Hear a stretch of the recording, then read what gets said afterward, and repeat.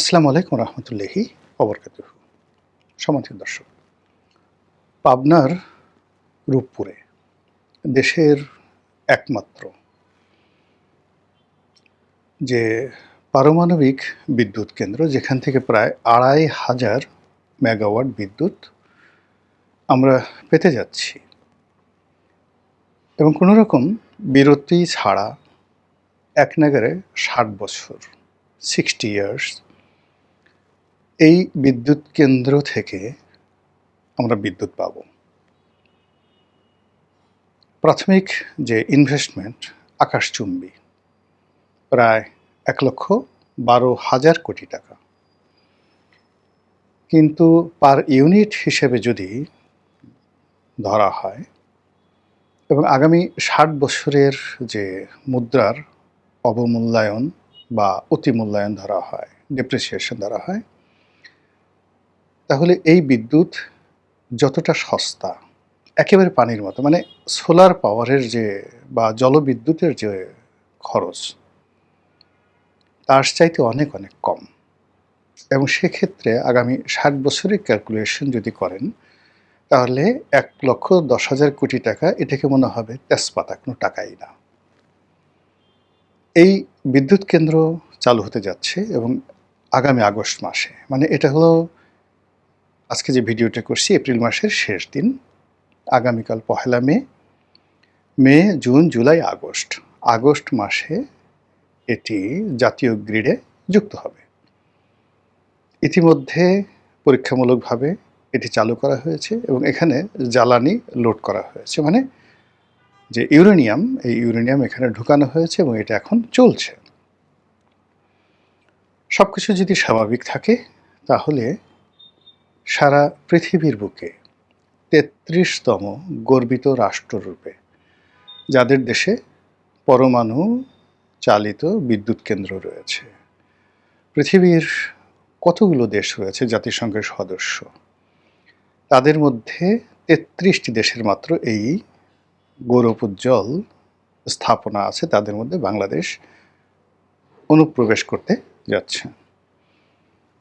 এটা আমাদের জন্য অতি গর্বের, পুরো জাতি এর জন্য গর্বিত। এবং এই পারমাণবিক চুল্লির সঙ্গে, এই পারমাণবিক বিদ্যুৎ কেন্দ্রের সঙ্গে এবং বাংলাদেশের মতো একটি জায়গাতে, জনবহুল একটি রাষ্ট্রে পারমাণবিক বিদ্যুৎ কেন্দ্র স্থাপন করার মতো যে প্রচণ্ড দুঃসাহস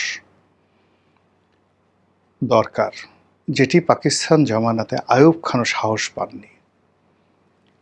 এই দুঃসাহসিক কর্মের সঙ্গে যারা জড়িত, বিশেষ করে পাবনার জনগণ, তাদের মধ্যে নানা রকম বিভ্রান্তি ছড়ানো হয়েছিল, যেখানে কোনো দুর্ঘটনা ঘটলে পুরো জেলা শেষ হয়ে যাবে। তারা রাস্তায় নামতে পারতেন, বিদ্রোহ করতে পারতেন, কিন্তু সেটা না করে পুরো এলাকাটিকে একটি ক্ষুদে রাশিয়া বানানো হয়ে গেছে। অর্থাৎ সেখানে শত শত রাশিয়ান ইঞ্জিনিয়ার, কর্মকর্তা, কর্মচারী, তারা সেখানে আছেন এবং ওখানে যে একটা পরিবেশ, না গেলে কেউ বুঝতে পারবেন না। রাশিয়ান লোক স্বামী স্ত্রী রাস্তায় আলু কিনছে, পেঁয়াজ কিনছে, বাংলা ভাষায় কথা বলছে। বাঙালিরা, সেই রূপপুরের যারা বাঙালি, তারা আবার অনেকে রাশিয়ান ভাষা শিখে গেছে। একটা বৃহত্তম নয়, প্রধানতম পরাশক্তির সঙ্গে আমাদের এই যে একটা বন্ধন, পারমাণবিক বন্ধন, এটি আগামীতে আমাদের যে কেবলমাত্র যে বৈদ্যুতিক বা জ্বালানি সংকট মোকাবেলা অথবা জ্বালানি নিরাপত্তার বাইরেও আমাদের সঙ্গে রাশিয়ার এই বন্ধন আমাদের সামগ্রিক যে দেশের কৌশলগত নিরাপত্তা, এই ক্ষেত্রে একটা মাইলস্টোন স্থাপিত হয়ে গেল। ফলে যারা এই ঘটনার সঙ্গে জড়িত, তাদের প্রতি কৃতজ্ঞ। আল্লাহ তাদের রহমত দান করুন, বরকত দান করুন এবং তাদের ভুল ভ্রান্তি মাফ করে দিয়ে তাদেরকে যার যার অবস্থানে তারা ভালো থাকুন, এই প্রার্থনা করছি। এই কাজের সঙ্গে খোলামেলা বলতে গেলে, যদি আপনি ধরেন, বহু মানুষ এর সঙ্গে জড়িত। 1967-এ যখন আইয়ুব খান ক্ষমতাতে, তখন এখানে একটা পারমাণবিক এরকম বিদ্যুৎ কেন্দ্র স্থাপন করার জন্য একটা মাস্টার প্ল্যান তারা নিয়েছিল এবং ভূমি জরিপ থেকে শুরু করে আর অনেক কিছু কিন্তু সেই জমানায় হয়েছিল। পরবর্তী যে সরকারি ক্ষমতায় এসেছে প্রতিটি সরকারের সময় এই ফাইলগুলো চলতেছিল এবং কোনো সরকার এটাকে বাতিল করেনি। This is the positive. অর্থাৎ বঙ্গবন্ধু সরকার, জিয়াউর রহমান সরকার, পরবর্তীতে যারাই আসছে, এমনকি খন্দকার মোশতাক আসছে, এই যে রূপপুর পারমাণবিক প্রকল্পের যে প্রস্তাবনা, এই প্রস্তাবনাটি কখনো কোনো সরকার রিজেক্ট করেনি। যদি রিজেক্ট করা হতো, শেখ হাসিনার পক্ষে আসলে এটা নতুন করে চালু করা সম্ভব ছিল না। This is the first thing. ফলে we must show our gratitude and gratefulness towards all government official and political parties as well as the government belongs to the power in the previous days. এটা বুঝতে হবে, ungrateful হলে চলবে না। তো সেই অর্থে সিংহভাগ কাজ শেখ হাসিনা করেছেন, তাকে প্রশংসা করতেই হবে। There is no way. Mister Vladimir Putin আমেরিকাকে টেক্কা দিয়ে শেখ হাসিনার সঙ্গে একটা বন্ধুত্ব সম্পর্ক স্থাপনের জন্য বাংলাদেশে ৯০,০০০ কোটি টাকা বিনিয়োগ করেছে এবং রাশিয়ার অর্থনীতি ভালো না।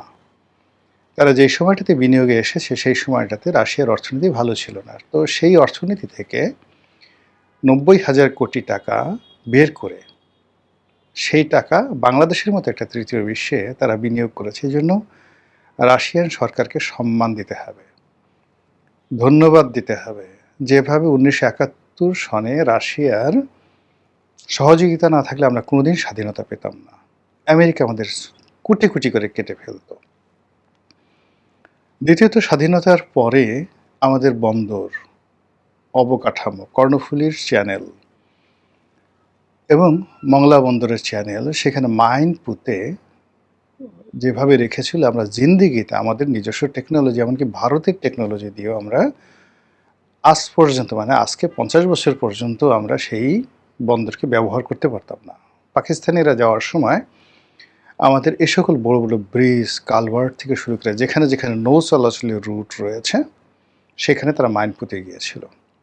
যেভাবে এখন ইরান হরমুজে মাইন পুঁতে রেখেছে, আমেরিকা সেখানে কিচ্ছু করতে পারছে না।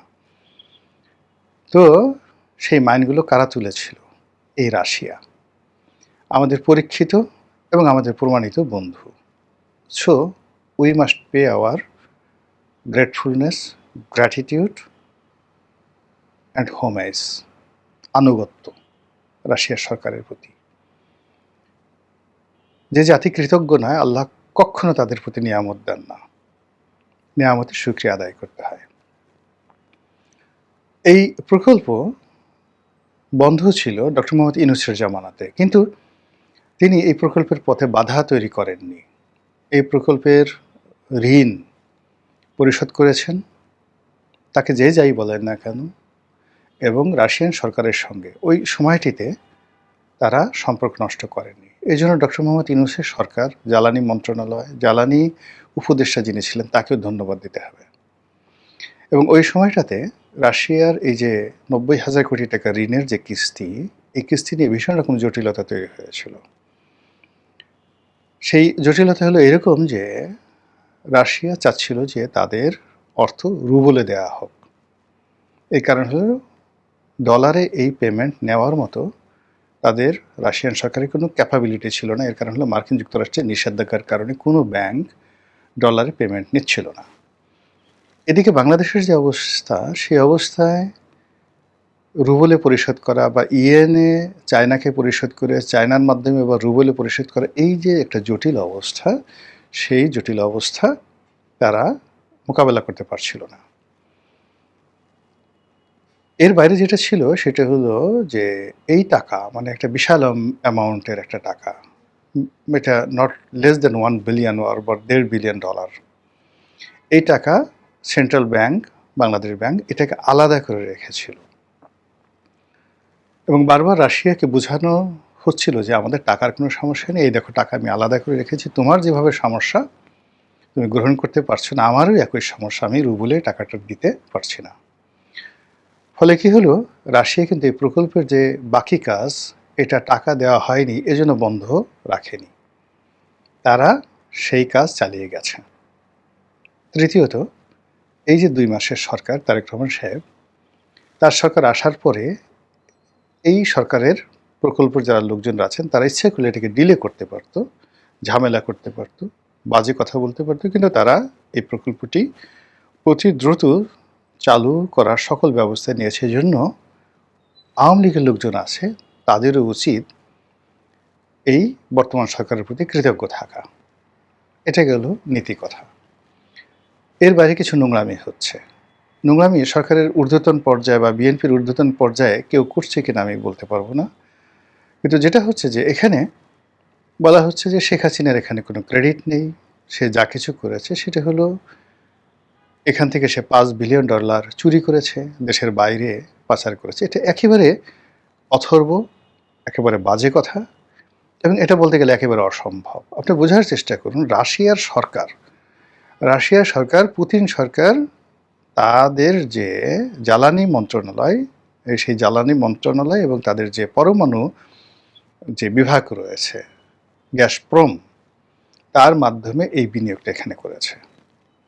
কাজে এখানে টিউলিপ সিদ্দিকী শেখ হাসিনাকে $5 বিলিয়ন, মানে রাশিয়ার মানে যেখানে টোটাল $5 বিলিয়ন মানে প্রায় ৬২,০০০ কোটি টাকা, তো টাকা দিল ৯০,০০০ কোটি টাকা।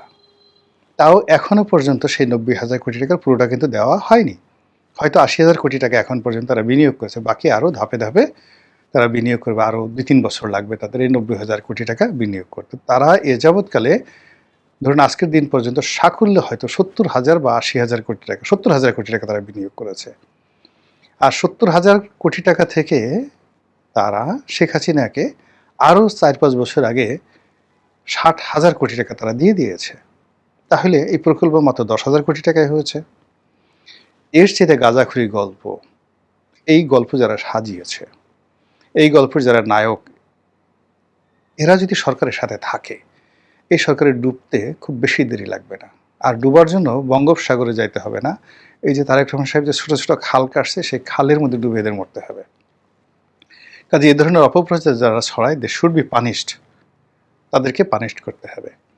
কেউ কেউ বলার চেষ্টা করছে যে এই সমস্ত প্রকল্প জিয়াউর রহমানের জমানাতে হয়েছে, বেগম যে এগুলো সব কিছু ইনিশিয়েট করেছে। আমি তো বললাম যে প্রত্যেকটা সরকারই এখানে ইতিবাচক দিক আছে, যার যতটুকু প্রাপ্য we must say yes, thank you, কিন্তু নট মোর দ্যান দ্যাট। এই বিষয়গুলোকে বাদ দিতে হবে। এবং সর্বশেষ যেটা হচ্ছে যে আওয়ামী লীগের লোকজন কিন্তু এখন বলার চেষ্টা করছে যে ঠিক আছে, এখানে জিয়াউর রহমানের ভূমিকা আছে, ভালো কথা, এখানে তো পরমাণু বিজ্ঞানী ডক্টর ওয়াজেদ মিয়া, তারও ভূমিকা আছে। হ্যাঁ, অবশ্যই আছে। এর কারণ হলো বাংলাদেশ আণবিক শক্তি কমিশনের তিনি চেয়ারম্যান ছিলেন, তিনি সেখানকার প্রধান বৈজ্ঞানিক ছিলেন, তার সঙ্গে বেগম জিয়ার ভালো সম্পর্ক ছিল, তার সঙ্গে শহীদ প্রেসিডেন্ট জিয়াউর রহমানের ভালো সম্পর্ক ছিল, এবং তিনি এই সমস্ত দলবাজির মধ্যে কোনো দিন ছিলেন না। He was a very straightforward man. বাংলাদেশে মানে যদি ডক্টর ওয়াজেদ মিয়া, মানে উনি যদি এই বাংলাদেশে জন্ম না নিয়ে আমেরিকাতে জন্ম নিতেন বা ইংল্যান্ডে জন্ম নিতেন, তাহলে একটা নতুন ইতিহাস তৈরি হতো। দ্বিতীয়ত হলো যে তার যে মেধা যোগ্যতা ছিল, ওটা বাংলাদেশ আণবিক শক্তি কমিশনের যে কার্যবিধি, কার্যপ্রণালী, এটা খুব সীমিত ছিল, ফলে তিনি হয়তো আরও ভালো করতে পারতেন। তার মেধা এবং যোগ্যতা যদি দেখতে হয়, তাহলে তিনি যখন ফজলুল হক হলের ভিপি ছিলেন, এই ওয়াজেদ মিয়া, এবং তখন ছাত্রলীগের নেতা ছিলেন, তখন সেই বিশ্ববিদ্যালয়ের যে ফুটবল টিম, সেই ফুটবল টিমের তিনি প্রধান ছিলেন। তার যে এই সম্ভবত আমাদের বর্তমান স্পিকার মেজর হাফিজের সমপর্যায়ের, হাফিজ সাহেবও ফুটবল খেলতেন।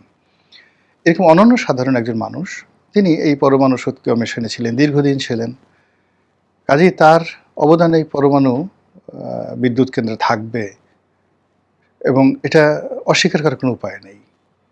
আবার এটা নিয়ে বগল বাজারের কোনো দরকার নেই। এখন হঠাৎ করে আওয়ামী লীগের জমানাতে শেখ হাসিনা যখন প্রধানমন্ত্রী, তখন তো মাননীয় প্রধানমন্ত্রী সেই জমানাতে একবারও বলেনি আমার স্বামীর এখানে কর্তৃত্ব ছিল, আমার স্বামীর অনুপ্রেরণাতে আমি আজ এখানে এসেছি, তিনি তো সেই কথা বলেননি। তা আওয়ামী লীগের লোকদের এখন এত দরদ আসলো কেন ওয়াজেদ মিয়ার সম্পর্কে? তো এরকম অনেক কিছু হচ্ছে। আমাদের বক্তব্যটা হলো যে ওরকম নবজাতক শিশু হলেও ঘরে আমরা একদম চুমা দিতে দিতে তাকে মেরেই ফেললাম। এটা খুব খারাপ জিনিস। আমাদের গর্বের যে একটা বস্তু যেটা হয়েছে, এটাকে আমাদের ধারণ করতে হবে। একইভাবে আমরা শেখ হাসিনার জামানাতে আকাশে স্যাটেলাইট পাঠিয়েছিলাম। ওটা ওই সময়টিতে খুব একটা যাকে বলে ৮০০ কোটি টাকা খরচ করে বঙ্গবন্ধু স্যাটেলাইট পাঠানো হয়েছিল।